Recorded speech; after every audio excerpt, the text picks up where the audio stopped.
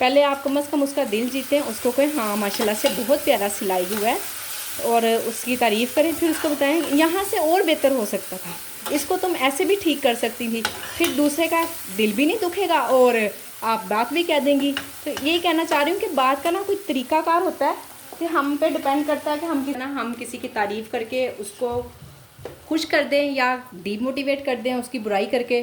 बस ये हम पे डिपेंड करता है, हमने नेकी लेनी है या बुराई लेनी है। तो प्लीज़ आप लोग अगर किसी को खुश नहीं कर सकती हैं तो फजूल किस्म के अजीब अजीब से हाइला गरम है कमेंट्स करके तो दिल भी ना दुखाया करें प्लीज़।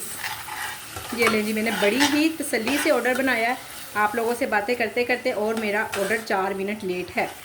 चलिए अब जैसे ये पक जाता है 4-5 मिनट जो लेट होना था वो तो हो ही गया है। इसका चूल्हा तेज़ करती हूँ ताकि जल्दी से अंडा पक जाए और बाकी सब ऑर्डर रेडी है, सिर्फ इसकी देर है। ये भी अगर प्याज घर में होते तो मैंने तो ऑफ़ किए थे, अब मैंने सब कुछ ऑन कर दिया है क्योंकि ये बस प्याज और टमाटर वगैरह नहीं थे, लहसुन अदरक नहीं है। लहसुन अदरक का भी मैंने जुगाड़ लगा ही लेना है, पाउडर पड़ा हुआ है, अगर कोई चीज़ बनानी पड़ेगी तो वो इस्तेमाल कर लूँगी। और बाकी हस्बैंड को फ़ोन कर दिया, उन्होंने कहा देखूँगा शाम में फारिग हुआ तो, अदरवाइज़ कल। मैंने कहा वाह जी, फिर मैं कैसे काम करूँगी, आप कल देखें अब क्या करते हैं।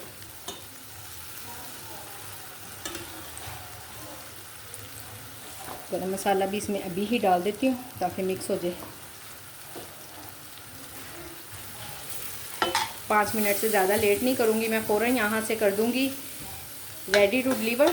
और पैक करने में टाइम लगेगा, बस एक चीज़ ही पैक करने में टाइम लगेगा तो कोई मसला नहीं, इतना नहीं। दिखाती हूँ मैं आपको।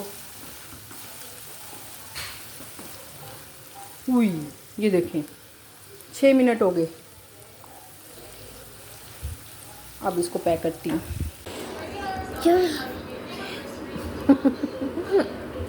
ये देखें जी, फजर मेरे हाथ में मेहंदी लगा रही है। क्या कह रही है मैंने कभी किसी की मेहंदी नहीं लगाई, मम्मा आप लगवा लो। मैंने कहा चलो लगा दो। तो ये देखें मेरे हाथ का क्या हशर किया इसने। तो मैं क्या करूं? ये देखो पहली बार तो लगा रही हूँ। मेरी मेहंदी खराब करके। चलो चलो लगाओ। अच्छा मम्मा जी, ये मेरे से अच्छे नहीं बनते तो वो सुनाना। बस छोड़ दो, बहुत गंदा कर दिया मेरा हाथ। नहीं, इसको हल्का सा ऐसे बना देते हैं। और ये जो डॉट्स है ना,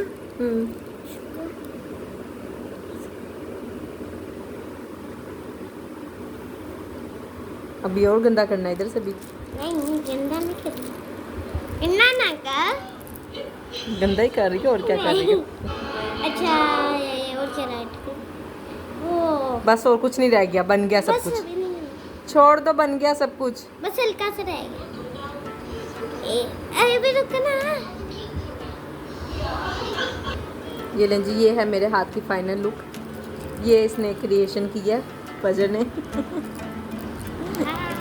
डिजाइनर। ये देखें जी, मैंने दाल चना को भी हाफ डन कर लिया हुआ है और घर का सालन भी बन गया हुआ है। ऑर्डर बस दोपहर तक ही आए हैं, अब शाम हो रही है, कोई ऑर्डर नहीं आया। किचन काफ़ी फिर से बिखर गया। अच्छा ये तो ना बिखरा ही रहता, पता नहीं क्या इशू है। जितना मर्जी समेट लो, कोई ना कोई बच्चे आते हैं खाना वगैरह खाते हैं यहीं रख देते हैं। कुछ मैं ऑर्डर वगैरह बनाती हूँ उससे इतनी ज़्यादा ना बर्तन बिखर जाते हैं। तो चले मैं किचन समेटती हूँ और वीडियो को यहीं पे करती हूँ एंड। उम्मीद करती हूँ कि आज की वीडियो आपको पसंद आई होगी। वीडियो पसंद आई हो तो वीडियो को लाइक शेयर और चैनल को सब्सक्राइब करें। अपना ख्याल रखें, मुझे अपनी दुआओं में याद रखें। मिलते हैं नेक्स्ट वीडियो में। अल्लाह हाफिज़।